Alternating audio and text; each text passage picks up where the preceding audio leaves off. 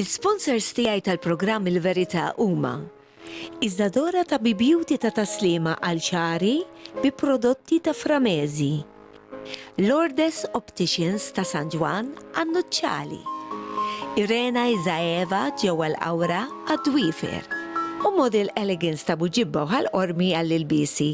Nirringrazzjahom minn qalbi.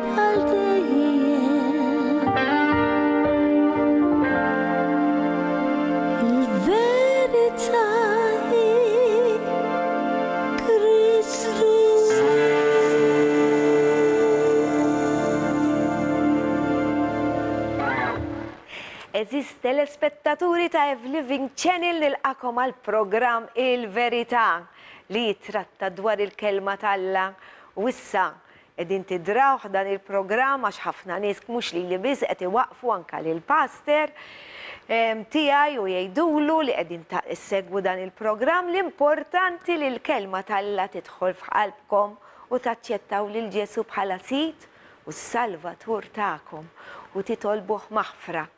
Infakkarkom li għandi paġna fuq Facebook, Il-Verità għal dawk li jixtiequ jibatuli messaġġi fil-fatt. Qed ikolli ħafna thank God u nieħu gost nitkellem magħkom ukoll daw il-programmi qegħdin jitilgħu fuq YouTube, imma hemm Living Channel ukoll għalikom it-telespettaturi biex min m'għandux internet u ma jsegwix daw il-YouTube u Facebook għandu dan il-kanal Living Channel. Illum m'għandi suġġett. Illum għandi testimonjanza ta' żagħżugħ ta' 26 sena. Imma dan għat-tieni parti tal-programm. Mela, ħammur mill-ewwel ħalli ma naħlix ħin għal feature li għandna. Mela, dal-feature jibda b'affarijiet li ġraw dan ix-xahar ta' April. Anka fil-21 meta konna qegħdin niċċelebraw l-Għid u jien kont qed niċċelebra barra l-Għid ukoll kont qed niċċelebra luq snini. Kien rieħ anka l-maltemp li sar qatt ma nafni jien fil-56 sena kemm ili ngħix u tani din il-barka l-mulej li sar dan il-maltemp kollu li jevakwaw nies mill-bini tagħhom. Naf jiena wkoll ġenituri ta' waħda li nallem jiena wkoll waqala s-saqaf bil-bini taħdejja li kien qiegħed jinbena u għadhom għaddejjin bħalissa m'għandhomx fejn joqogħdu. Qatt ma nafni hekk jiena, imma dawn l-affarijiet kienu ilhom miktubin ta'. Ħanaqralkom naqra malajr minn Luqa 21, is-soltu immur fuq Matthew 24, imma ħanaqralkom minn Luqa għax kull skrittura taqbel ma' oħra. 21 minn vers 9. Isimgħu naqra, jekk ma taqrawx il-Bibbja l-inqas għalhekk qiegħda l-programm imma titażnux xi ħasra iftħu l-kelma tal-Alla ħalli titgħallmu tkunu tafu tkunu diġà lesti. Meta tisimgħu min jitkellem fuq gwerer u taqlib fil-pajjiżi tinħasdux għax jeħtieġ li l-ewwel jiġri dan tgħidu li l-hom daqs kemm ilhom isiru gwerer u tgħidu lix li daw il-gwerer anke issa bejniethom stess qed isiru. Mela ħalli nkompli għax jien meta nibda mbagħad naqra il-kelma tal-Alla ommi ma. Mela, it-taqlib f'pajjiżi tinħasdux għax jeħtieġ li l-ewwel jiġri dan. Iżda tmien ma jasalx minnu fih. Imbagħad qalilhom għad sintendi Ġesu, għad ġens kontra ġens u saltna kontra saltna. L-art titeżeż bil-kbir. B'ħafna bnadi jkun hemm il-ġuħ u l-mart li jittieħed. anka minn kien senjur u għallu d-dar, issa, mandu xej. U daw, etnej vera ħna nirringrazzjaw il-mulej u jitolbu ta' għaxaw Malta wartu zarta, issa ta' taraw. U fis-sema jidru ħwejjex tal-biża u sinjali tal-għaġeb. Imma qabel dan kollu jixtu idejhom fuqkom u jippersegwitawkom, għadkom ma tafux xi ħasra kemm hawn nies bħali li ommi mami xiex qegħdin jgħaddu anke jaħarquhom ħajjin u jtellaw ta' fuq Facebook u daka ta' jiftaħru bihom. Jatukom fidejn il-mexxejja tas-sinagoga u jitfawkom il-ħabs u jeħdukom quddiem slaten u gvernaturi. Fil-fatt veru, għaw nies li kienu musulmani u daru għal-kristjani jitfawhom il-ħabs. Ġifieri dan, għal-kemilu miktub dan, il-fuq minn 2000 sena, xi mit-testament il-ġdid qed naqra, minħabba f'ismi, minħabba f'isem Ġesu. Dan ikun jiswilkom biex tistgħu tagħtu xhieda. U żommu sewwa f'moħħkom. Toqgħodux taħsbu minn qabel kif se tiddefendu ruħkom? Għax għandna l-mulej magħna. Għax jien nagħtikom kliem u werf li kull min ikun kontra tagħkom ma jkunx jista' jqaflu jew imeriħ. Amen. U jitradukom saħansitra l-ġenituri tagħkom, uħudkom, u qrabatkom, u ħbiebkom, u lil xi wħud minnkom joqtluhom. U kulħadd isir jobodkom minħabba f'ismi. Imma xara waħda minn raskom ma tintilifx. Halleluja. Jekk tibqgħu sħaħ sal-aħħar, issalvaw ħajjitkom. Araw dan il-feature.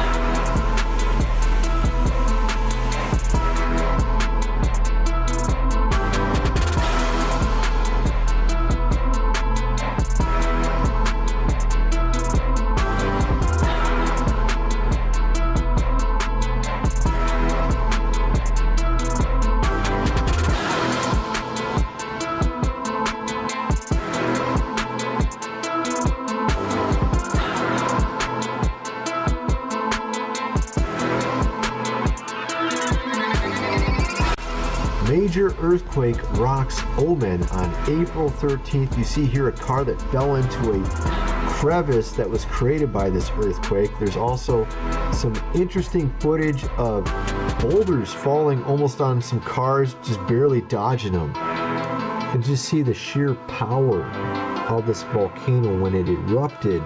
There's literally an earthquake while it's erupting. So, and you can see how huge the plume is. It's just sort of really encapsulates how powerful these volcanoes are. I included this clip in my previous video, however, it didn't render right. This man is holding a turtle's heart an hour after he gutted the turtle, and it's still beating. Sort of reminds me of a chicken with its head off. I don't know what to think of this. This is just weird that it would still be beating an hour after it had been gutted.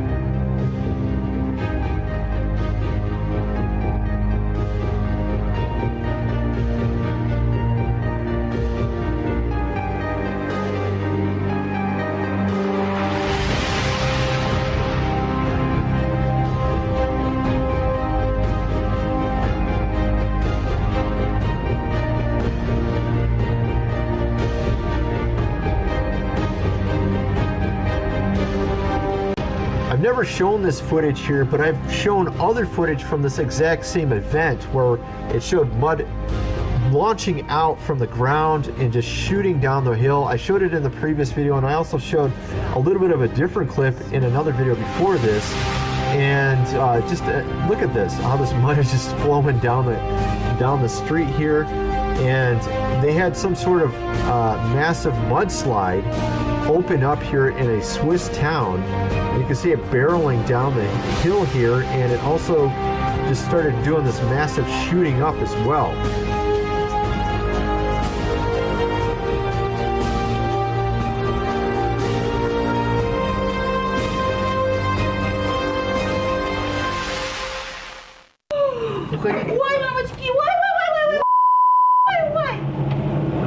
Some amazing footage of 150-mile-an-hour winds just completely tearing entire roofs off massive buildings. Look at this one. And it just completely tears it off. Just amazing. And these people were able to capture this footage recently on video.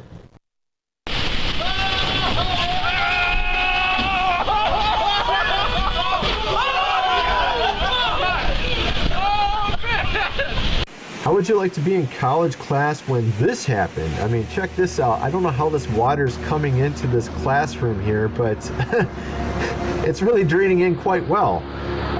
It's a pretty big room, and I'm guessing it's probably going to get pretty deep there at the front where the teacher generally stands. On his way to Thailand from Seoul, South Korea, Lucas Kim saw this from his plane. Sort of a strange sight.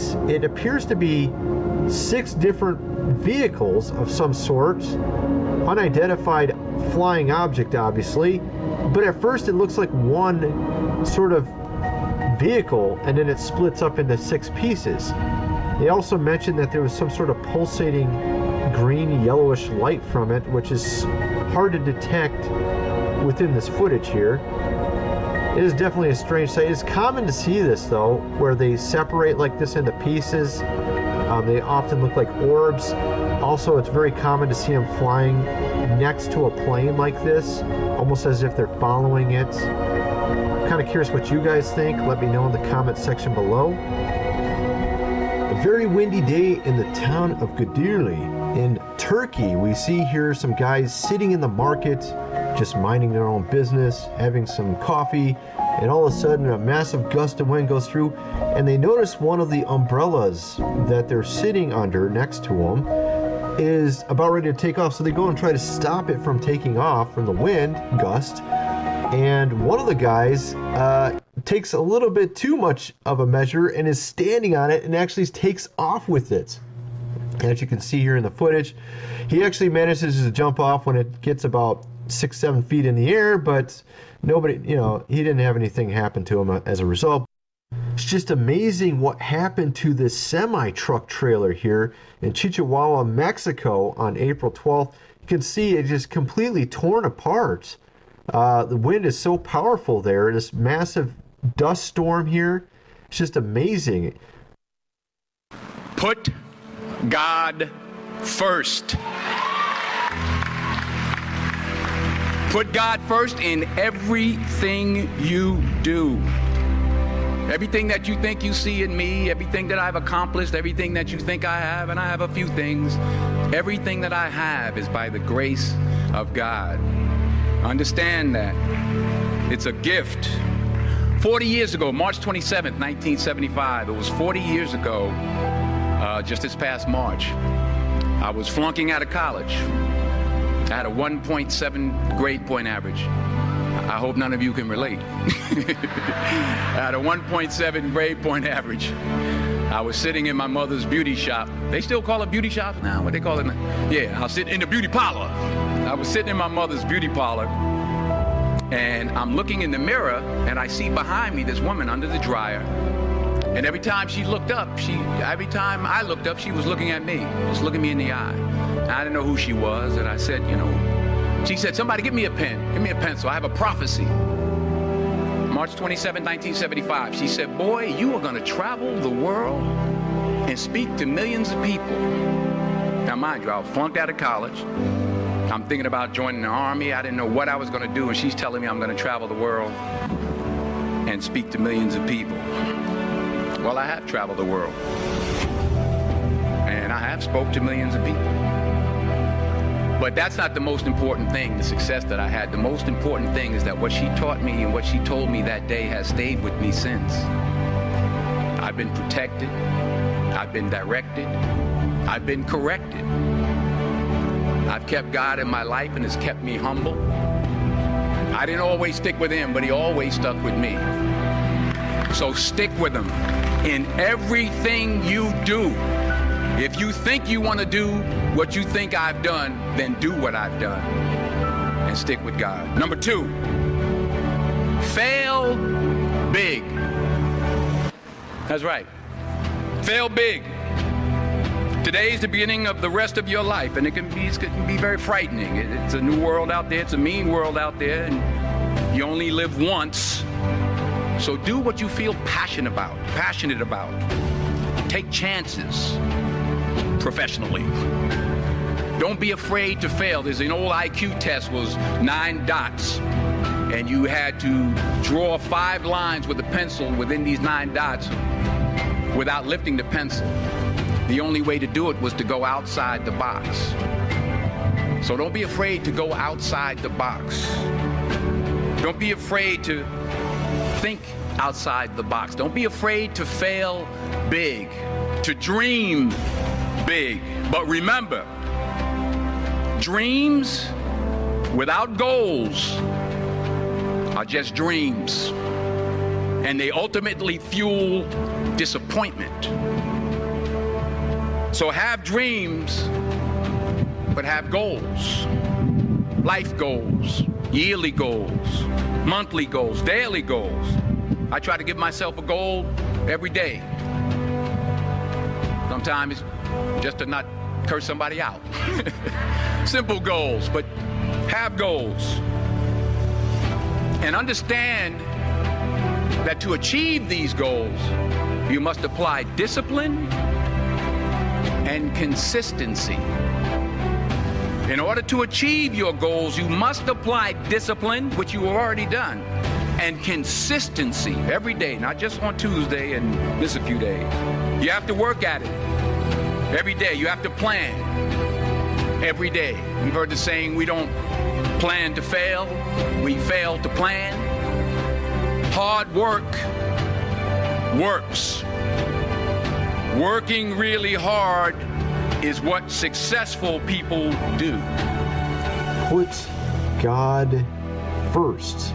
Those are some amazing words to hear from Denzel Washington, something I didn't expect. I don't know about you, but I didn't know about his early history either there. And it looks like his mother was also very much praying for him and supporting him in his endeavors to become an actor. And like he said, he didn't even know what he was going to do with his life. The man was a 1.7 grade point average. It's not exactly the best grade point for college. I actually had a friend with a lower one than that, but that's pretty bad. But at any rate, I mean, the fact is, look where he is today. So people will tell you that you can't do certain things, but there's other people in your life that will support you and even help you to see things you can't see. You know, sometimes we limit ourselves, like I was saying earlier, with what Les was saying, that we limit ourselves. Sometimes we limit ourselves and are not able to see our own potential. And you see here, he had the right people in his life that were seeing the potential that he wasn't even aware of. And it led to such big things as him being a huge actor in blockbuster movies. I mean, ask yourself, if you were flunking out of college, you had a 1.7 grade point average, and people were telling you you're going to do big things and speak to millions of people, you're going to have a hard time believing it, right? Because your mind can't accept, you have these limitations you've put on yourself. But if you have the right people in your life, they can see past your limitations and actually be something of a benefit in your life. And that's why some motivational speakers talk about getting rid of the wrong type of people in your life and putting the right type of people in your life, because some people will just keep tearing you down and say you're this or that and to limit you, while others will build you up and help you to get to the potential that even maybe you can't see. Hemmhekk wara dawk id-diżastri rajtu testimonjanza ta' tur li huwa famuż mondjalment, ma nafx jekk jiġix il-kelma eżatti, naf li huwa famuż Denzel Washington, kemm beda jgħidilhom u jgħid lilkom biex nitfaw l-Alla l-ewwel f'ħajjitna għax imbagħad l-affarijiet jibdew ġejjin. U fl-aħħar kien qed jgħid ukoll dan li jagħmel dan il-feature ukoll għax m'hemm bżonn tkun bravu ħafna fl-iskola, ma kienx wieħed minn dawk hu, imma ara fejn wasal. Ukoll nirringrazzjaw il-mulej tan-nies li għandna madwarna li vera jħobbuna u vera jixtiequlna l-ġid. Jitolbu għalihom għax ftit huma dawn.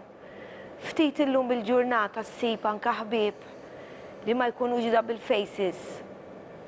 Jitolbu għalihom u tibżawx meta Alla jiġi l-ewwel f'ħajjitkom, jiena tkom ma tafux kemm kelli minn għalija li huma ħbieb u jiena ma nafx kif jiġifieri għax jiena fis-sens qalbi tajba. Mulej dak li żrali ġo qalbi li nkun qalbi tajba, ma naħsibx ħażin fin-nies, imma n-nies li jkunu qegħdin jagħmlu li ħsara iwarrabhom li ta' għal-bidu ngħid ġara għalfejn mulej għax ikunu saru parti minn ħajti. Imma mbagħad wara ninduna għaliex jieħu ħsiebna minn fuq s'isfel. Kif ħaħsieb il-mitstieden tiegħi li ħan introduċilkom qabel il-reklami Jonathan li jiena ltqajt miegħu illum bħalkom. Illum face to face, nafu minn fuq Facebook, għat insegwi wkoll xitfa fuq Facebook, naf li huwa ħija fil-mulej, alla volja ma kontx nafu, imma huwa ħija fil-mulej, għax kull min jemmen fi Kristu li huwa s-sit u s-salvatur tiegħu. Insiru waħna, alla volja ma nkunux nafu xulxin, imma ħan nisimgħu it-testimonjanza tiegħu wara dawn ir-riklami. Il-verità tibqa' dejjem. Il-verità hi Kristu.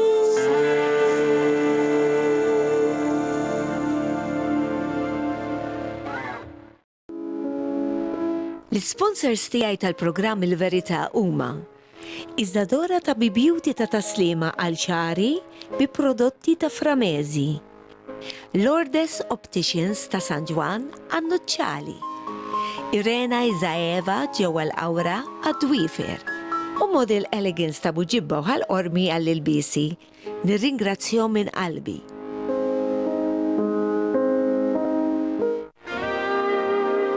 Il-verità tibqa' dejjem.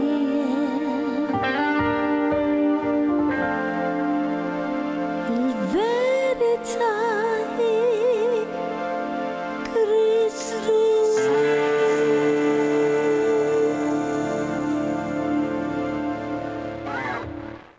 Nilqakom għat-tieni parti tal-programm Il-Verità li jitratta sempliċement dwar Kristu. Għalhekk rid nagħmel dan il-programm, nipproduċi dal-programm, ħalli tkunu tafu Kristu minnu u x'jagħmel fina kif għamel f'ħija fil-mulej Jonathan. Grazzi tal-ilqajdi l-istedina. Grazzi tal-istudentni.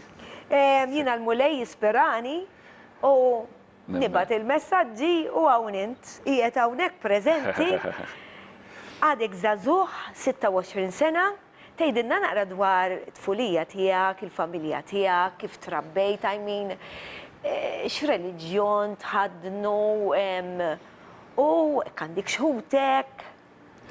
Mela, jina trabbejt familja relattivament normali ħafna. Tipikament Maltija, jena Malti 100%, u missieri wkoll. Trabbejna f'religjonja kattolika li trabbejna fiha normali, ġifieri mammet fir-reliġjon kattolika u kont abbati u kollox ġifieri. Għandi uħti waħda, Ikbar minnek? ikbar minni 3 snin. Ommi u missieri dejjem ħabbewni ħafna, jiġifieri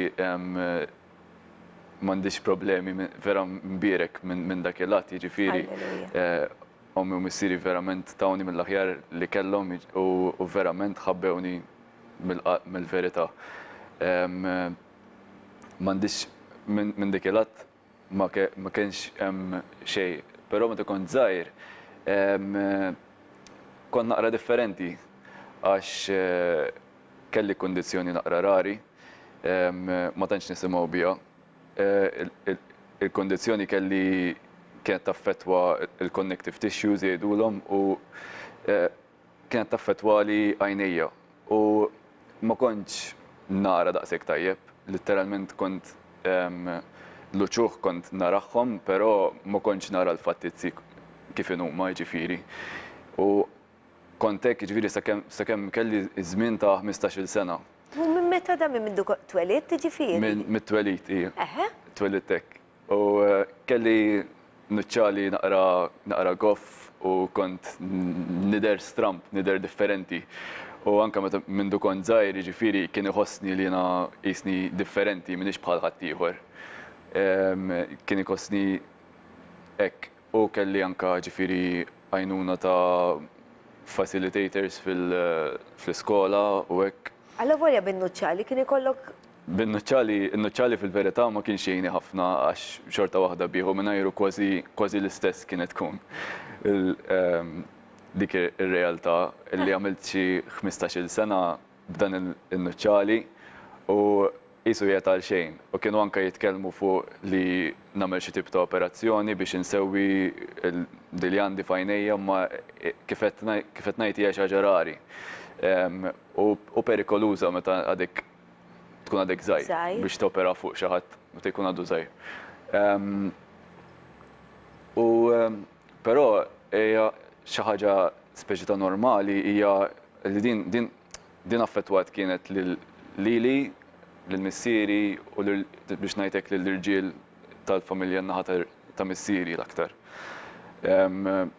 U kollha qisna wara żmien ta' xi 15 hekk qisna il-lenti tibda tinbidel minn minus għal plus tiġi ngħidula u għax letteralment ikollna lenti ta' għajnejna tan-nofs tiċċaqlaq u nibda naraw tajjeb. Ġifieri di xi ħaġa ereditarja?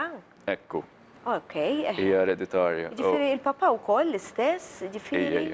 Xi ħaġa simili, eżatt. U għandi nies oħra fil-familja biha. Però li naf li wara ċertu żmien nibdew naraw naqra aħjar, nibdew naraw sew. Ġifieri llum il-ġurnata nara tajjeb jiena. Għandek bżonn nuċċali. Le, nuża l-contact lenses bħalissa. Infatti mingħajrhom kieku mhux qed nara kważi xejn. Però qed nuża il-contact lenses, ir-raġuni li nuża contact lenses għax xorta waħda l-lenti tkun ħoxna ħafna kieku. Ġifieri xorta waħda jkun hemm ir-riskju li letteralment inkun miexi u naqaf xi bankina għax il-nuċċali kbir wisq. Allora għalhekk nuża lenses. U ili issa ġifieri minn mindu kelli xi 15-il sena moqdi b'dan il-mod.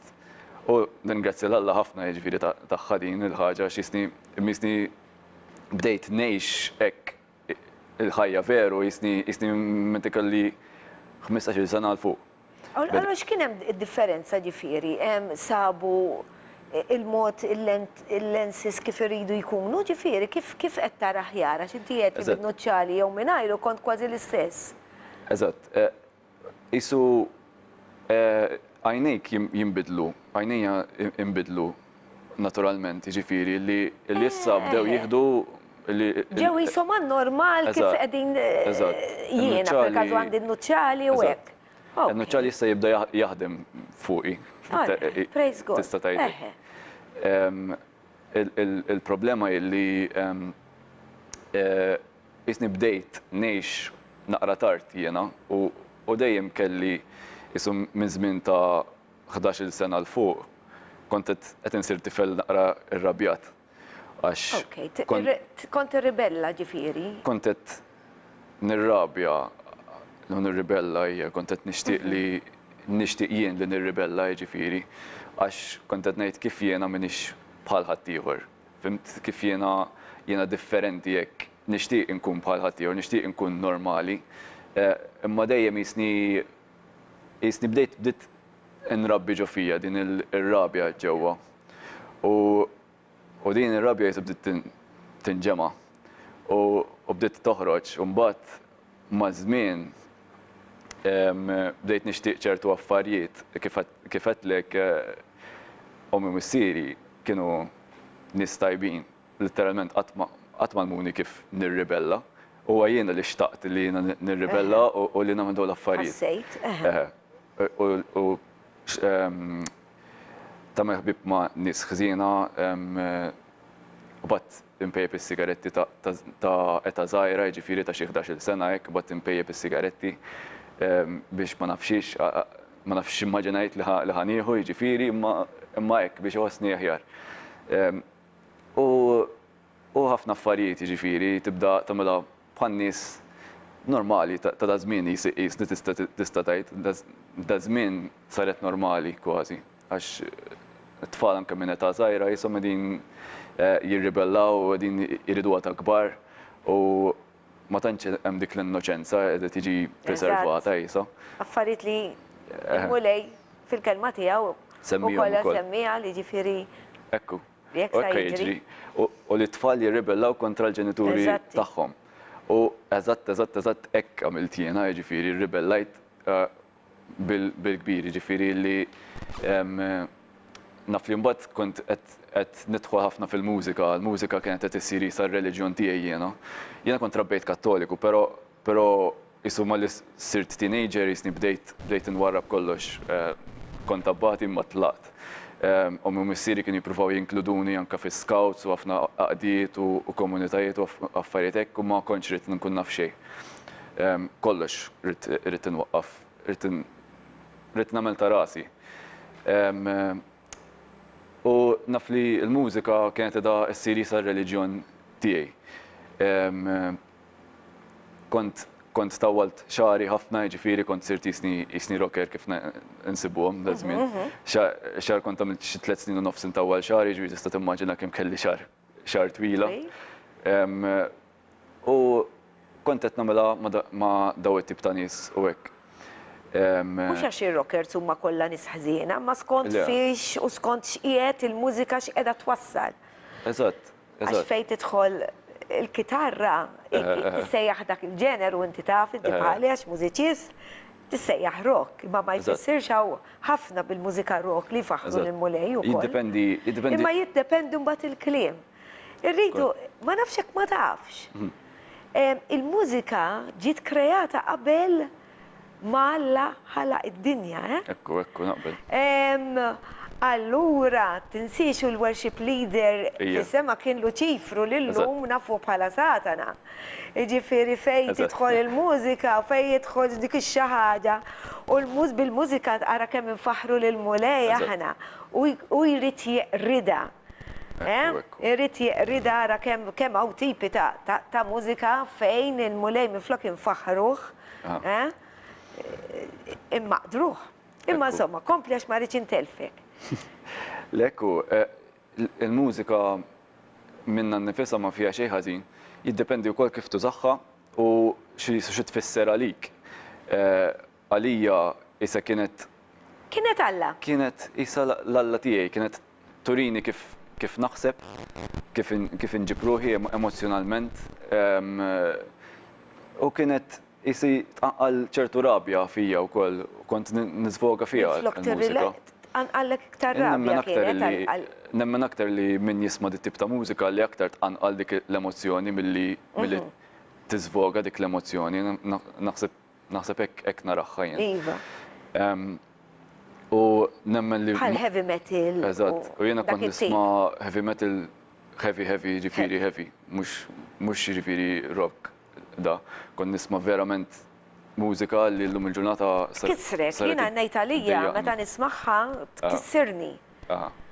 U anke minn il-kunċetti, il-suġġetti tagħhom Eżatt. jiġifieri huma ħafna Kollha drabi. negattivi. Mhux negattivi biss, imma tal-li isemmu xjaten, isemmu fuq ix-xitan affarijiet apposta kontra Kristu u nixtieq nifhem għalfej x'għandha x'taqsam bej mużika bil-kitarri u Għalhekk issa għandha qed jiena x'taqsam qabel ċaġa ma spiritwali. kont nafsa tgħid jiġifieri. Eżatt. Għax dak li jrid jagħmel ix-xitanu. Eżatt, Irid eżatt, ikisser dak li ħalaq Alla hu. Ekku.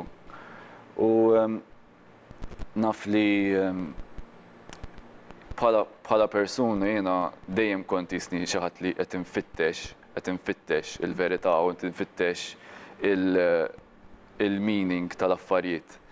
Qatt ma kont persuna li jien isni ma kontx naf kemm hawn nies li jkunu jafu pereżempju li jridu jsiru avukati jew jridu jsiru hekk. Jiena ma kont naf qatt xi rrid insir, anzi rrid qabel ma nipprova insib x'ħan nagħmel f'ħajti jiena xtaqt li nkun naf għal xiex. Ikelli din il-mistoqsija jiena f'qalbi u f'moħħi lejt imma aħna mmorru naħdmu, nġibu l-flus, nagħmlu l-familja, ikonna rusa, ikonna tfal, imma għal xiex biex imbagħad xiġri, x'inhu l-punt. U kelli din il-mistoqsija li ma tantx hija xi ħaġa żgħira għax kienet taffettwani ħafna illi Jekk tidħol fiha vera tagħmel raġuni ġifieri.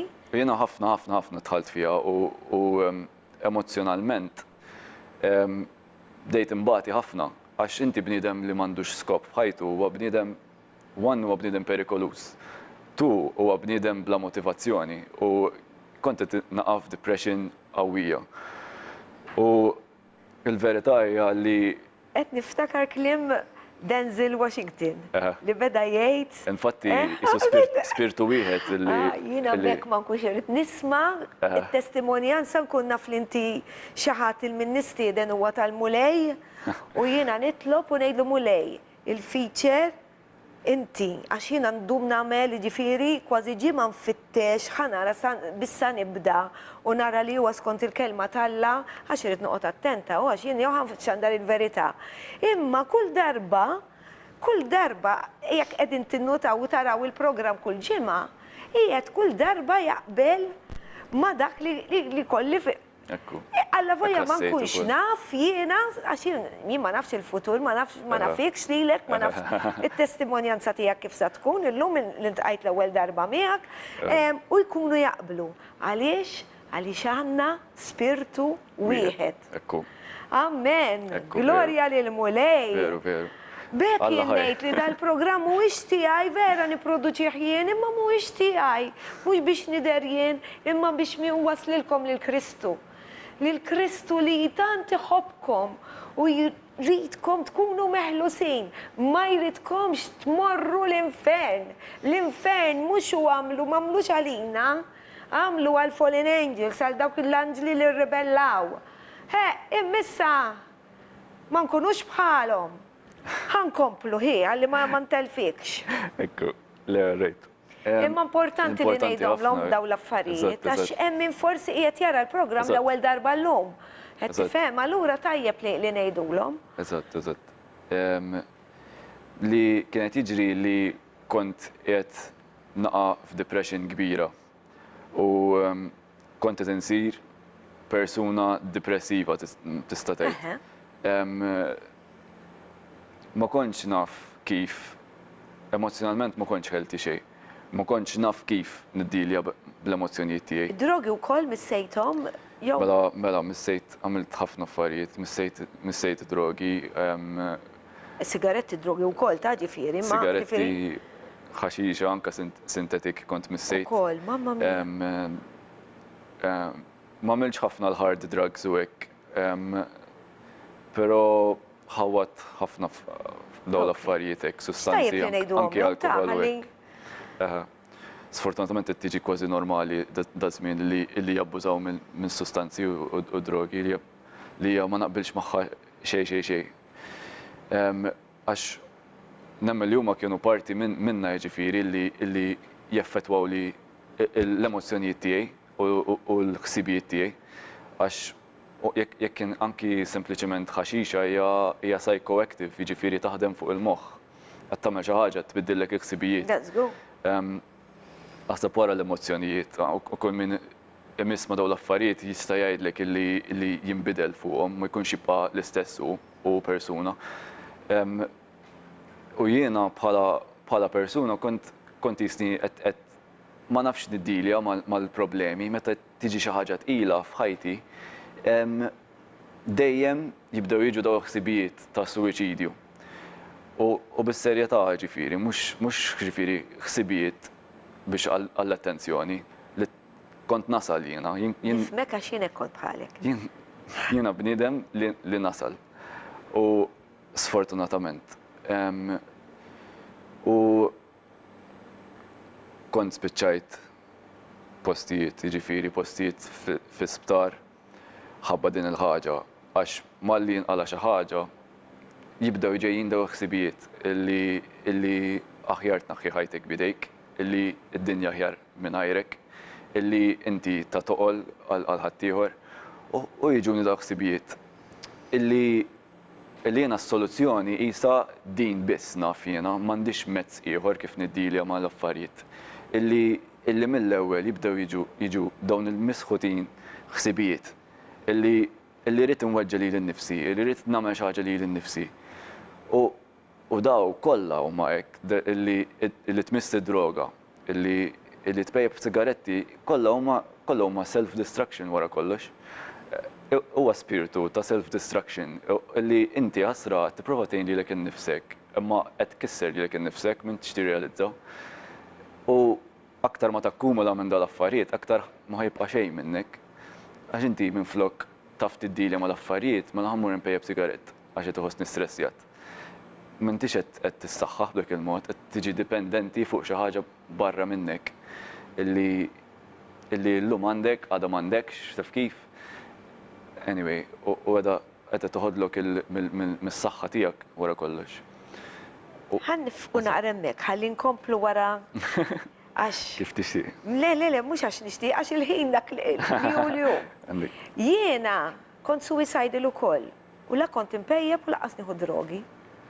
Imma meta x-xitan jara għax hu ma jarax il-futur, ma jafx il-futur, mhuwiex Alla. Imma jkun jaf jagħmel 1+1 għax hu jibgħat l-aġenti all-right tiegħu li huma l-Fallen Angels biex ikun jaf ukoll fuqna x'hu mhux bħal Alla u ma jistax ikun omnipreżenti u jkun jaf il-ħsibiet tagħna dak Alla biss jista' jagħmlu. U jkun irid jeqridna. Fil-fatt il-kelma tal-Alla tgħid li x-xitan huwa l-għadu tagħna u mhux in-nies. Ħanaddu għal-riklami ħalli nkomplu naraw din it-testimonjanza qawwija ta' dan hija filmu lej Jonathan. Riklami. Il-verità tibqa' dejjem. Il-verità hi Kristus.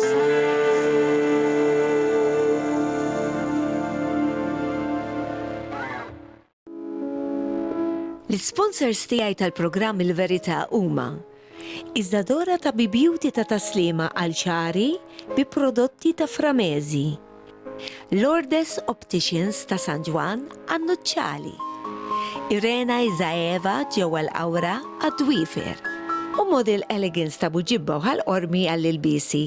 Nirringrazzjahom minn qalbi.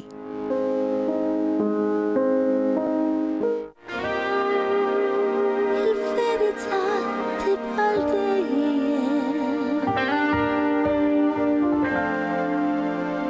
Il-verità hi Kristus.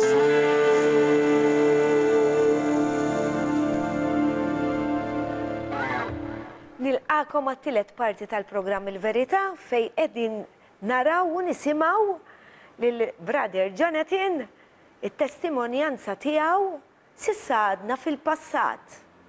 U xek, Jonathan, għadek inti mela ir-ribellajt, il-mużika l-ewwel f'ħajtek, drogi, Sa dan it-tant il-ġenituri tiegħek kienu min jaf kemm kienu jkunu inkwitati għax rabbew f'valuri sodi wkoll.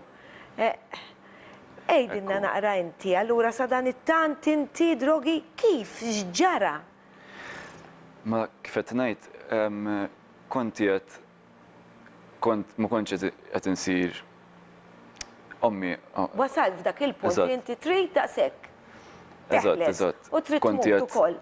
Eżatt. U l-ġenituri kienu jafu kont tgħidilhom li tixtieq tmut diffiċli u żgur, diffiċli taħbija għax kif kont anke għamilt overdose, pereżempju, spiċċajt l-isptar. Għalhekk ġifieri overdose. Saru jafu, imma xtaqx ngħidilha ma ovvjament imbagħad saru jafu, mbagħad minn hawn minn hemm tispiċċa bil-psikologi, psikjatri, bil-mediċina, li affarijiet hekk ġifieri ommi saru jafu u kienet tqila ħafna għalihom għax biex jaraw l-tifel tagħhom Mela li rabbuk jagħmel dawn l-affarijiet.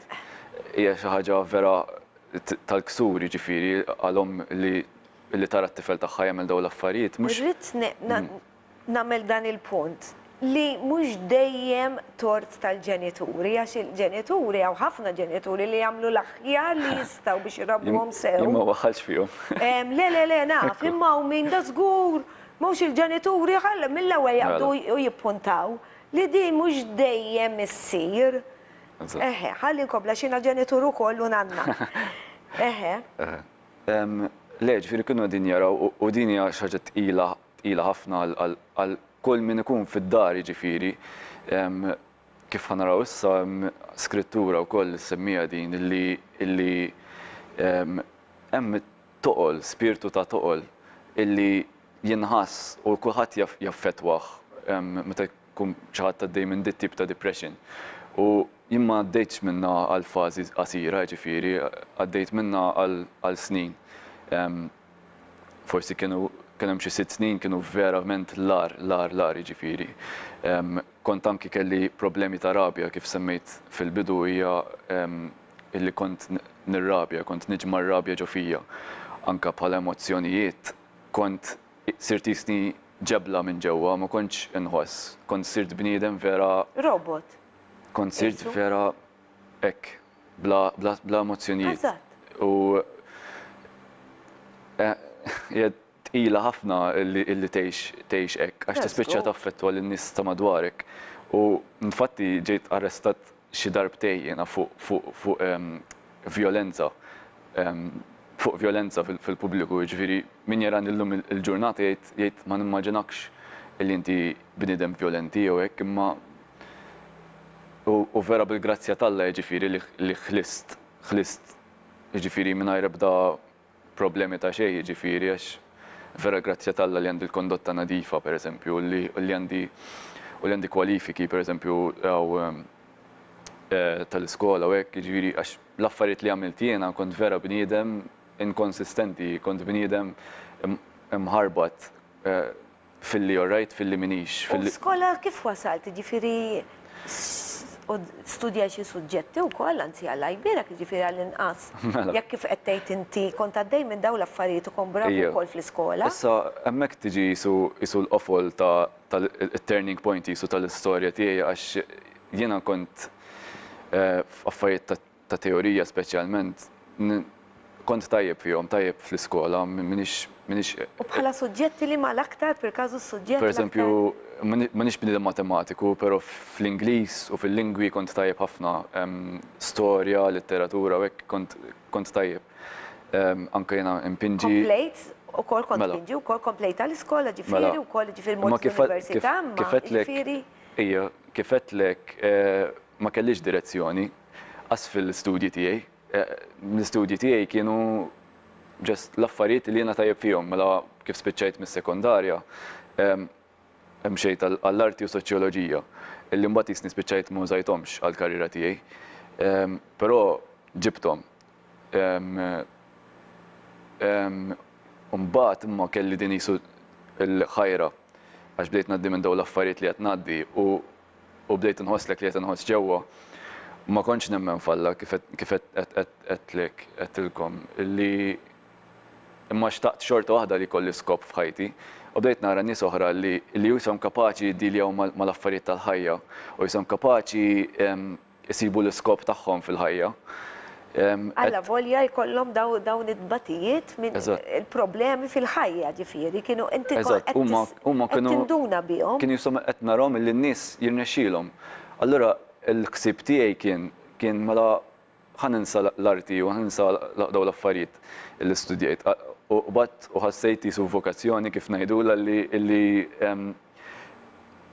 nsir nurse u li lejn lil-nies li speċi ta' jien ma nistax insib l-iskop imma ħanin lil dan in-nies li jisom għandhom xi skop fil-ħajja tagħhom u dik kienet il-mentalità tiegħi.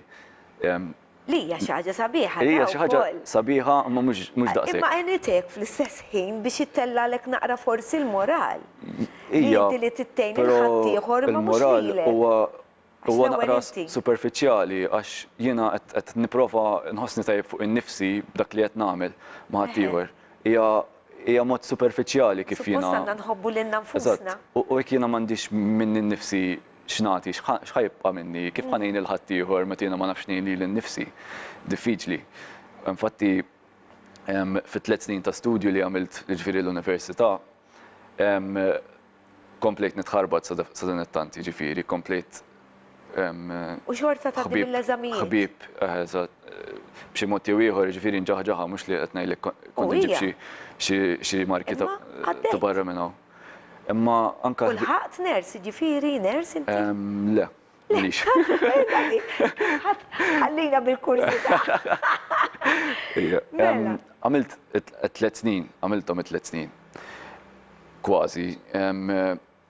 Però fl-aħħar sena speċjalment kont qed nitħarbat ħafna bil-ħbieb li kellik ma kinux jgħinuni xejn. Kienu ishom mhux qed ngħid again li mhux it-tort tagħhom għax inti dejjem għandek l-għażla inti kif iġġib ruħek. Però kien ħafna affarijiet inkonsistenzi li anyway fl-aħħar sena ma rnexxilix kelli eżami practical illi ma stajtx ngħaddi minnu, wieħed ma stajtx ngħaddi minnu. U provajtu 4 darbiet dan l-eżami u fl-aħħar sena kelli l-aħħar ċans prattikament u xorta bqajt ma għaddejtx. Jien kont imbagħad mill-ansjetà wkoll jiġifieri u letteralment waqt il-practical moħħi blenkja u kif qed ukoll li m'iniex tajjeb fil-matematika u dak kellu naqra matematika fih ukoll u kien wisq impossibbli għalija. U spiċċajt illi fl-aħħar semester tal-aħħar sena kelli nirriżenja u ħassni illi devastat insomma għax jiena kont qed nibni xi ħaġa. Anke kont f'relazzjoni fl-istess żmien ukoll u tħassret din ir-relazzjoni wkoll kollox fl-istess żmien inqala. U kont qed nħossni li qed nagħmel xi ħaġa, però issa wara da 3 snin spiċċajt ma ħadd xejn. Ma ħadd xejn għax la m'għandix kwalifiki f'idejja, m'għandix id-diploma, m'għandix il-karriera li jiena xtaqt. U ħassnisni u kif qed ngħidu jiena fuq kull ħaġa kien jiġuni daw ħsibijiet ħżiena. Issa dik kienet xi ħaġa kbira għalija. Naf li spiċċajt ħażin ħafna id-dar, għamilt ħafna xenati, inkisser il-ħġieġ, naqta li l-nifsi, nweġġa l-nis tad-dar, ġifieri kont sirt tal-biża. U darba minnhom iddeċidejt irid nieqaf nitkellem u sekk ħaduni ġol isptar u għamilt xi żmien hemmhekk. Sptar tal-moħħ ġifieri, okej, ma importax billi semmuha b'daqshekk. Eżatt. Imbagħad naf li kif kont hemmhekk ħassejt illi da mhux jisu il-post tiegħi, jiena waqgħet vera post baxx hawnhekk ħassejt, mhux għax jiġifieri għax tkun fl-isptar tfisser xi ħaġa hekk, imma kelli din il-konvinzjoni jiena li dana ma rridx hekk. Mhux postok. U naf li kif ħriġt mill-isptar l-ommi ħsatta naqra għattila trid immur l-quddies. U għat li mela le, għat li ommi ġifieri dal-punt kienet qalba mtertqa u kull ħaġa li kull soluzzjoni li kienet lesta li tippruvaħħa u ma ntix tort. Naf li mort il-qudies magħha u l-Alla tlabtu ġiex talb kif naf jien. Jiġifieri battu tkellimt f'qalbi qedlu Alla għandi bżonn nies ġodda f'ħajti għax in-nies li għandi mhux qed jgħinuni. Qatlu għandi bżonn miraklu wkoll għax ma nħossniex li kapaċi nibqa' għaddej. Kien diġà missek mingħajr ma kont taf il-min qed tkellem. Eżatt. Din naqrawha l-iskrittura li qed li huwa għax semmejt kif dal-waqt li sa naqraw. Din l-iskrittura li qed li biha qabel il-programma staqsejtek. Tista' taqraħha. Mela, u barra minn hekk irid ngħid li aħna qabel il-programm dejjem nitolbu. U dejjem lill-mistiden tiegħi jiena nħeġġeġ biex jitlob, mhux jiena nitlob. U ngħidilkom il-verità. Waqt li qed jitlob, id-dmuħ kien diġà ħireġ. U diġà qed jgħid dan minn xi xadda dan u qed nara il-mulej x'jagħmel bina. U min ġo fina kemm hu kbir u għani u kemm iħobbna. Dejjem jekk induru lejh. U qiegħed hemm biex iħabbtilna fuq il-bieb. Isimgħu naqra, mela inti qed li minn Eżajija 61 minn vers 3. Biex inferraħ lil dawk li jikbu f'Sijon, nagħtihom kuruna flok irmiet. Sa dan jiġifieri mhux għan nistasihom biss ta' għax aħna dejjem ngħidilkom li aħna meta naċċettaw lil Kristu niġu parti min-nies talla li huma l-Lot. Niġu Il-poplu talla niġu. Eżatt, il-poplu talla aħna parti minnhom. Mela, nagħtihom kuruna flok irmiet. Żejt tal-ferħ flok l-ilbis tal-vistu. Lana tal-foħrija flok ruħ mitluqa. Wow! Insejħulhom ballut tas-sewwa imħawla mill-mulej għal foħrietu. Wow! Ejja ħankomplu nfaħruh bit-testimonjanza tiegħek. Brother, għax il-ħin mal-ajri tir. Eżatti, verament dik l-iskrittura hija vera ħajja, għalija hija vera ħajja. U anke għalija. Vera ħajja. Li nista' ngħidlek illi wara li mort din id-darba qudies, għatlaqas 15 wara, jiġifieri, konti għad dak iż-żmien ma kontx qed naħdem xogħol, kont qed noqgħod ħafna d-dar u hekk. Imma kont qed inqatta' ħin il-gażin u kont qiegħed darba minnhom il-gażin u laqqas qed ngħidlek. Tal-banda ġifieri. Ġifieri. Whatever, Filgħodu hekk u kont pereżempju nieħu birra u whatever. U nkun hemmhekk, nkun qiegħed waħdi, ġifieri għax ma kellix ħbieb. Naf li kont qiegħed hemmhekk mal-bar u jidħol wieħed jixtri pakkett karawett waqt li qiegħed hemmhekk. U insomma, ma tantx tajt kasu jiena daħal jixtri pakkett karawett u ħareġ. Naf li mbagħad reġa' daħal u ġie jkellimni. Għalli isma' inti ġieli xi ħaġa fuq Ġesu Kristu. Imma minni ma niftakarx qalli eżatt, għax qalli ħafna affarijiet imma ma niftakarx bl-eżatt x'qalli. Niftakar li semma xi affarijiet illi laqtuni qal tixtieq tiġi miegħi din il-komunità hemm ħafna żgħażagħ. Dik biss nistax niftakar, naf li kellimni fuq Ġesu. Ma kienx jidher bniedem tipiku, kien jidher naqra differenti. Jiena as-saċ m'għandix nitlef, kelli naqra dubji, ma as-saċ xed m'għandix nitlef għal xiex m'għandix immur miegħu da jidher nice guy, mhux xorta. U bqajt niftakar dik it-talba li għamilt jiġifieri dak il-ħin ġiet il-mulej fakkarili illi jiena rrid nies ġodda f'ħajti u daġi persuna ġdida f'ħajti mill-ewwel hekk. Ħareġ u raġa' ġi lura, dak l-Ispirtu Santu dak imbuttaħ għalik ta'. Eżatt. Dak imbuttaħ għalik. Eżatt. Mamma mija xi ġmiel. There's more. Ħejdli. Ejdilna. Naf li mort miegħu il din il-komunità. Mort jiġifieri kienu forsi 5 tim wara jiġifieri li ltqajt miegħu. Mort din il-komunità u kienu qegħdin ikkantaw U jisni mill-ewwel kollox bdejt nagħmel bħalhom hekk, jisni bdejt inkanta hekk ma nkunx nafhom id-diski. U kellem qasmet kelma hekk u hekk interessatni hekk naqra. U ma tqalli tiġi tolbu miegħek. U għedt, okej. Ma nafx jien letteralment ġejt hemmhekk, ma nafx x'inhi, ma nafx. Mort hekk talbu miegħi u malli talbu miegħi tifgħat idea fuqi u ħassejt rush ta' xi ħaġa nieżla. Jisom xokkijiet, jisom xi ħaġa. U dil-mara li talbet miegħi qalt li qed naqra fl-ispiritwal qalt li qed naqra jisu kullar madwar onqok. Jisu u jisu jirrappreżenta bondage, jisu katina marbut ma' xi ħaġa. U talbet miegħi biex ninħeles u hekk. Insomma, naf li ħassejt xi ħaġa. Ma kontx qed nistenna li ħanħoss xi ħaġa.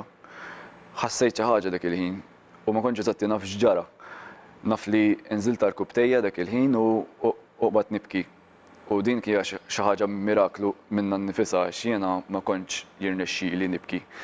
Jiena kont sirt ġebla ġewwa, kont biex tmissli qalbi kienet diffiċli saret. Naf però li nemmen li dak il-ħin il-mulej ġast għamel miraklu miegħi, dik il-miraklu li tlabtu għalih għamiluli. Għax jien kont bniedem bla fidi dak il-ħin b'xi mod tani fidi, ma kellix erf qatt dak iż-żmien, imma b'xi mod tani. Zax, aħna jgħidlek għal-bidu jkollna nieħdu l-ħalib u mhux il-laħam. U domt nieħu ħalib ġifieri. Tibżax ma ġara xejn. Sakemm fimt imbagħad batta u naf li l-mulej misni dakinhar u kienet tidher fija li huwa misni għax xi jumejn wara kelli appuntament għand il-psikologa u kienet ratni. U meta ratni qalt li qed narak differenti, il-psikologa stess qalt li. Qalt li hemm xi ħaġa differenti fik. Tant li ħasset li għandha tagħmel isu questionnaire test fuqi, x'jien kont imbagħti mill-ansjetà u minn depression. U għamlet li isu questionnaire hekk isu u fejn qabel kollox kien ikun iswed, issa kollox ġie abjad mill-lum lejla l-nar kif ngħidu, mill-ewwel. Nemnek. U minn hemmhekk letteralment l-istorja baqgħet l-istess għalija meta jkolli xi appuntament ma' dawn in-nies psikologi u mberikhom jiġifieri għax vera mxew sewhom jgħid. U mbagħad mort tant anke l-psikjatra, jien kont qed nieħu xi sitt pirm li jew aktar kuljum jiġifieri. U għedlu xi ġrali, ma stennejtlux li ħajfhem u ma għalli orrejt, issa li tħossok aħjar mela ħannaqqaslek kwart ta' din u ftit u kultant żmien inaqqas li naqra jiġifieri. U domt forsi xi sentej u nofs għaddejjek illi kull 3 xhur jarani u jnaqqas li ftit ieħor. U l-isbaħ parti l-istorja dejjem tibqa' l-istess li jiena qed iħossni meħlus, ma ċċed ikolli dawn il-ħsibijiet, m'għadniex nirrabja bla doċċek, m'għadniex nagħmilhom dawn l-affarijiet, qed nħossni bniedem ġdid. U jisu tifhimha għax huwa professjonist, mela jgħidlek mhux ħajqbad jaqtaħħom lok mill-ewwel jew jemnek jgħid iħalli dik id-dubju jgħid ħannaraw, ħanittestjaw.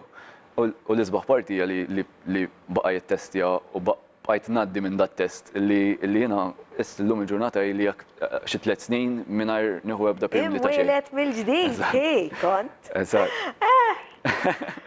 Eżatt. U ma rġajtx ħarist lura, ħsibijiet ta' suwiċidju ma reġax kelli. Daw l-affarijiet li inkisser, l-affarijiet li naqta li l-nifsi, li nagħmel overdose, drogi, sigaretti qtajthom ukoll, m'għadniex immiss. U daw il-pilloli għadek toħodhom issa? Le, ili issa 3 snin mingħajrhom ukoll, jiġifieri. Jiġifieri letteralment qed issostenini l-qawwa tiegħu bħalissa letteralment huwa ikun is-sors tiegħi. U llum il-ġurnata m'għandniex kif kont qabel jisni vittma. Issa għandi kollox letteralment u jekk bniedem jifhimha din li Kristu għamel kollox għalina biex ikun kollox għalina u illi inti m'għadekx vittma jekk inti għandek il-Kristu issa inti rebbieħ ma' Kristu, ma m'għadniex b'dik il-mentalità ta' vittma, m'għadniex b'dik il-mentalità ta' dejjem bin-nieqes, imma għandi it-tazza overflowing issa. Eżatt, Illi issa il-fawwar bħali. għandi s-saħħa issa, għandi mod kif jiena neleb il-problemi tal-ħajja li baqgħu jiġu jiġifieri l-problemi, rabja ġieli rġajt ħassejta, dwejja Min ma ġieli jirrabjax, reġgħu kun hemm xi ħaġa ħażina, Però no? darba m'iniex żarmat, imma armat sa snini għax għandi l-Kristu. Dik hija Imlibsa ekku, aħna b'The Armor of Christ. eżatt, l-armatura. Wow, xi ġmiel. U naħseb jiena minn qed jara dal-programm jista' jkun li qed jgħaddi minn dali għadda Brother Jonathan. Inti x'waħdek ħanini. Dur lejn il-mulej dak li kun qiegħed jistenna. Meta u talab lill-Alla, meta mar il-Qudiesa, dak mhux u għax il-kelma tal-Alla tgħidlek li l-Ispirtu Santu jqedinna l-kliem fuqna, mhux xi ħadd jeddattalna aħna x'għandna ngħidu. Mela dak il-ħin u rrid jitbiddel. Il-mulej kien ġa jaf u jaf sa jsir minnu għax hu predestinana. Imma anqal l-Ispirtu Santu anqlu biex jitlob dawk iż-żewġ tal-biet. U dawk iż-żewġ tal-biet ta' jomlu. Riklami. Il-verità tibqa' dejjem.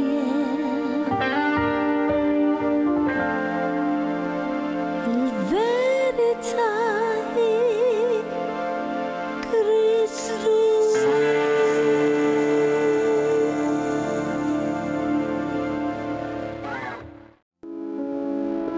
L-sponsors tiegħi tal-programm Il-Verità huma Iżdadora ta' Beauty ta' taslima għal ċari bi prodotti ta' Framezi. Lourdes Opticians ta' San Juan għannuċċali. Irena Izaeva ġewwa l-Awra għad-Dwifer. U Model Elegance ta' Buġibba għal-Ormi għall-ilbisi. Nirringrazzjahom minn qalbi.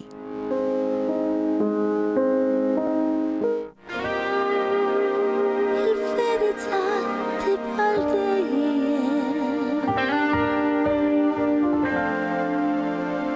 Il-verità hi Kristu.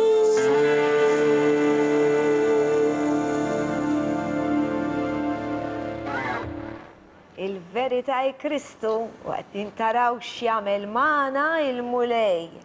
Jekk tiftħulu l-bib ta' qalbkom.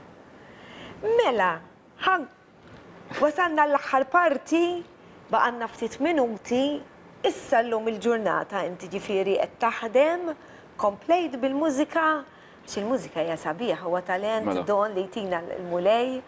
Mela, U x'iddoq inti? propjament jiena ta' xi 12 sena kont indoq drums. Okay. U għamilt isni żmien twil ħafna ndoq drums biss. Però Kellek band ukoll? kelli band meta kelli 18. Okay. Mbagħad kienet tħassret dik il-band għax kienet jisa garage band biss. Illum il-ġurnata qed indoq il-bass ukoll, qed nitgħallem għadni qed nitgħallem jiġifieri. Dejjem tibqa' titgħallem. Tibqa' titgħallem. Nibqgħu sakemm immutu. Le, ma kull ħaġa li nagħmel illum il-ġurnata hija testimonjanza ta' Alla li jiena kif qed taraw l-istorja tiegħi mhix xi ħaġa li jiena skoprejt mhux għax jiena għamilt xi ħaġa ta' bravu jiena jew jiena għamilt xi ħaġa eċċezzjonali jien personali, hija xi ħaġa li rċevejt jiena. Mhux għax jiena għamilt xi invenzjoni ġdida jew għax għamilt xi bil-ħila tiegħi. U l-affarijiet li għandi llum il-ġurnata huma kollha hekk, anzi l-aħjar affarijiet li għandi llum il-ġurnata huma barka. Grazzja minn Alla. Grazzja minn Alla. Il-fatt li qed indoq dan l-istrument jiġifieri hija testimonjanza ta' Alla jiġifieri li jiena qatt ma immaġinejt li ħandoq strument melodiku, imma llum il-ġurnata qed insib li ġejt bżonn już ħafna anke għall-komunità jiġifieri li għandhom bżonn dan l-istrument li qed indoq jiena.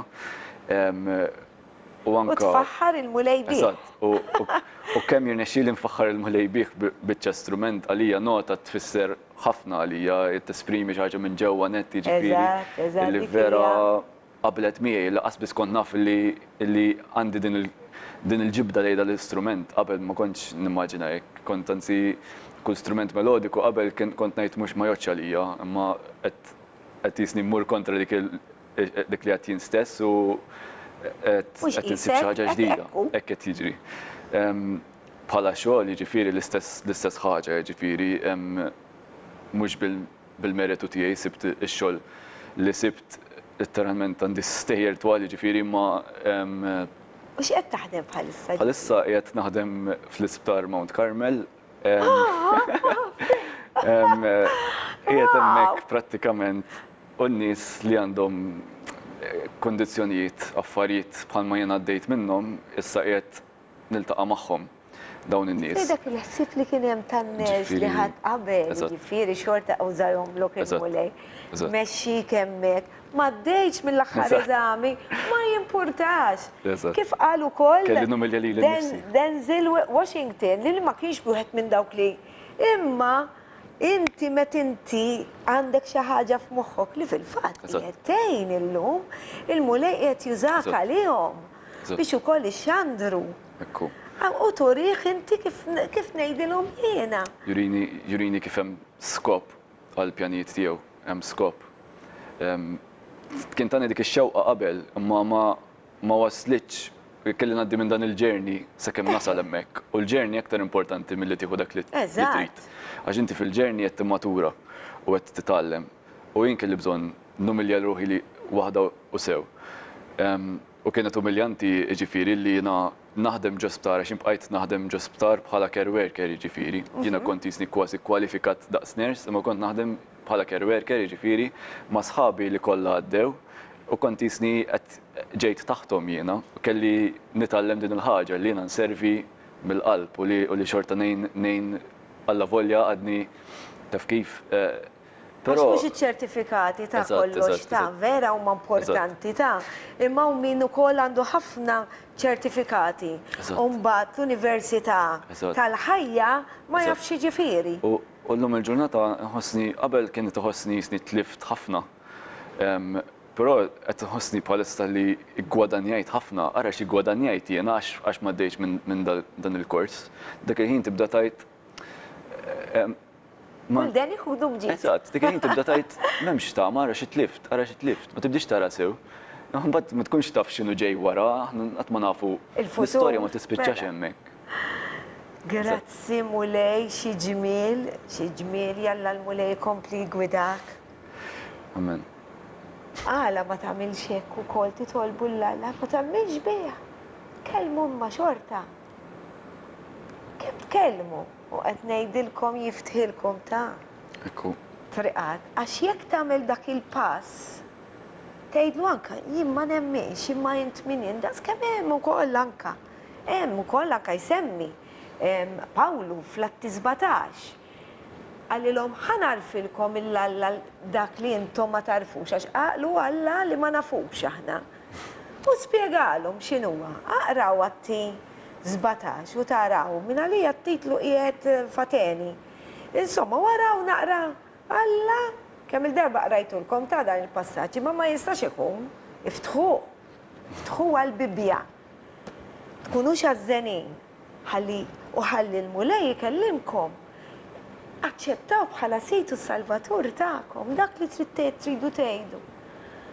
Jagħmlu għat-talba tagħkom, itolbu lill-Ispirtu Santu biex jqedilkom il-kliem. Mhux inqedulkom aħna. Kif dan mar rid imur qudies u talab dawk iż-żewġ talbiet. Tnejn, mill-ewwel sablu triq kif qed jien il-mulej hekk irid infaħrek. Dik il-ġimgħa kienu sebatuni wkoll Mount Carmel jiena. Dik il-ġimgħa tqalleb kollox fil-li sejra Mount Carmel u fil-li mort inkanta jiena temuna u kulħadd jisfen. Fil-li minix qed nara x-xemx u fil-li f'daqqa waħda qed nara l-baħar, qed nara kreazzjoni tal-Alla, hekk biddilt jien. Jiena tengot kont il-ħadd ma ħadx l-ebda pilloli, jridu jtuni u għedtilhom le għax jiena sejra dik il-Knisja tas-Suwed minn għalija tas-Suwed għax jien is-Suwed kont rajt fuq it-television fejn kont naf li hija mill-latti eżatti fejn mor u fejn tmur inti ukoll li skont il-kelma tal-Alla. Ma kontx naf, jien naf li rajthom ifaħru lil mulej u hekk irid infaħru. Ġifiri kont suicidal dak iż-żmien, ġifiri qed irrid noqtol li l-nifsi ma fl-istess ħin hekk irrid infaħħar il-mulej. Dik il-kelma kienu mill-ewwel sabidna li t-tifla, x'it-tifla kienet ukoll il-vera dinija talba ħanejt bil-mulej li nixtieq li t-tifla tiegħi jkoll issib dak il-mument, isibilha dak il-mument ħalli tagħti t-testimonjanza tagħha x'għamlet 10 snin dik suicidal. Imma illum il-ġurnata miż-żewġa għandha 3 tfal u nirringrazzjaw il-mulej. Mamma mia kemm jagħmel affarijiet sbieħ, mamma mia mhux għax xi ħaġa tal-biża ta' il-kobor tal-mulej kemm huwa kbir. Kemm huwa kbir. Kemm hu tajjeb. U iva vera tajjeb il-mulej. Du u hekk għalinna Ġesu biex induquh ħalli nuru kemm huwa tajjeb il-mulej. Mela, ħanaddi għal-kanzunetta. Din il-kanzunetta ġieli kantajtilkom. Imma għamilt traduzzjoni jiena bej wieħed u ieħor tagħha. Jisima I Chose. Din hija l-ewwel kanzunetta li pproduċejt għall-album tiegħi u tinsab l-aħħar waħda. Imma hija l-istorja tiegħi u tiegħek. I Chose. All right, sibta. Ħanejdilkom bil-Malti wkoll għax qed nipprova naqlib bilkom ħalli peress li huma bl-Ingliż għax jiena peress li ikun hemm anke l-barranin kont għamiltu bl-Ingliż dan l-album. Mela, jisimha fettilkom I Chose, nażel il-kliem huma ta' Nick Partis. Jien nażel li nsegwi lil Ġesu. Jien nażel li nħallas l-ispiża għax indunajt li hu salvani u naf li mitlufa kont. Naf li kont miżera, vera ta' u naf li kont fqira ma jfissirx bil-flus ta' biss.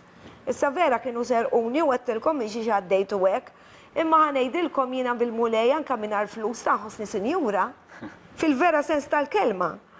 Naf li il-ġenna missitni meta hu ħabbat il-bib tiegħi, il-bib xiex il-bib tiegħi, mhux tad-dar ta' qalbi. Issa dan huwa ir-refrejn.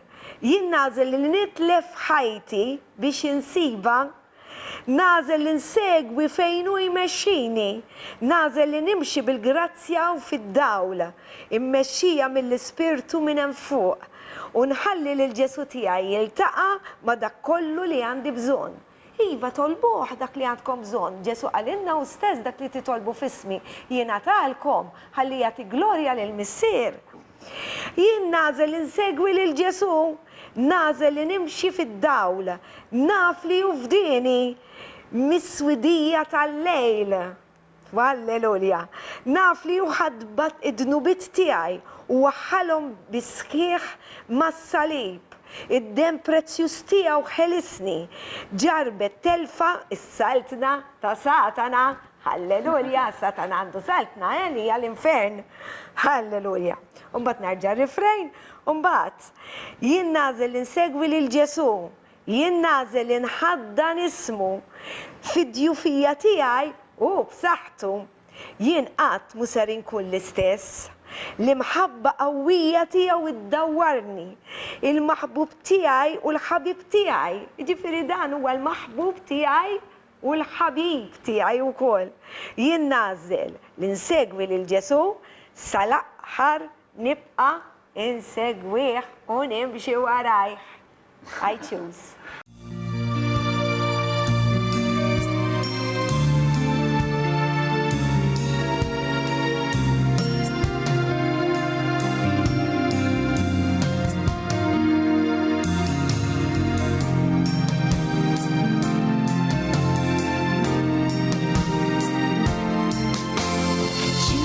Follow Jesus.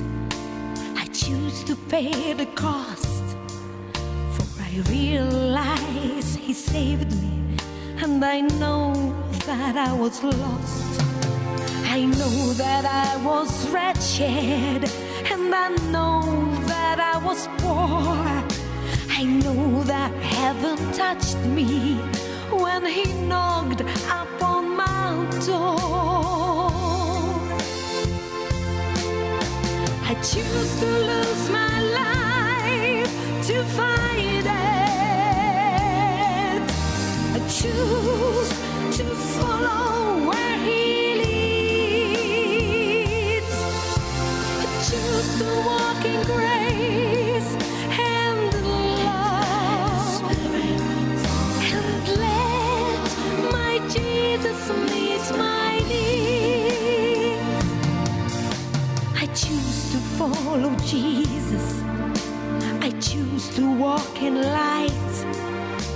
I know that he redeemed me from the blackness of the night.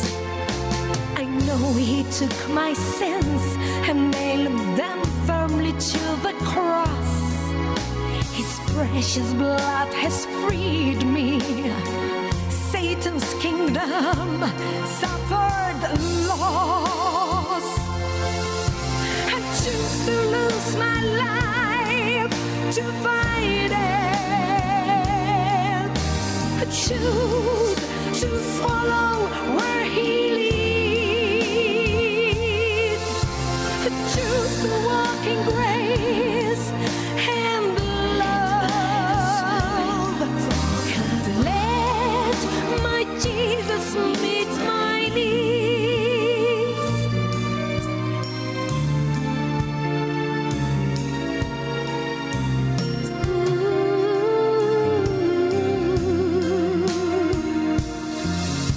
I choose to follow Jesus. I choose to bear his name. In my weakness, he is strong. I'll never be the same. His mighty love surrounds me, my lover and my friend. I choose to follow Jesus. I'll follow to the end. I choose to lose my life to fight it. Choose to follow where he leads. Choose to walk in grace and love. And let my Jesus meet my needs. Choose my life to fight it. Choose to follow where he leads. Choose to walk in grace.